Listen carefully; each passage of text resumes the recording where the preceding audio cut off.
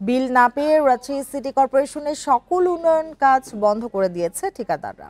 সকালে নগরীর সোপুরা এলাকায় রাজশাহী নওগাঁ মহাসড়কে তারা এ ঘোষণা দেন।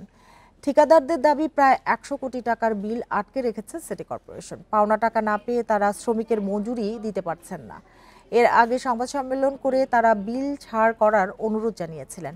এরপরও কর্তৃপক্ষ কোনো পদক্ষেপ নেয়নি, তাদের সঙ্গে কোনো আলোচনাও করেনি। এ অবস্থায় শহরের উন্নয়ন কাজ বন্ধের সিদ্ধান্ত নিতে বাধ্য হয়েছেন বলে জানান তারা।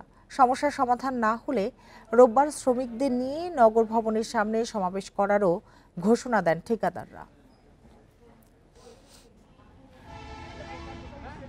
বিল না পাওয়ার জন্য এবং রাজশাহীর বিভিন্ন সমস্যা উপস্থাপন করেছিলাম, তারই ফলশ্রুতিতে আজকে আমরা একযোগে কাজ বন্ধ রেখেছি। আগামী রবিবার 27 তারিখে আমরা রাজশাহী সিটি কর্পোরেশনের সামনে বিভিন্ন সমস্যা নিয়ে আমরা মানববন্ধন করব।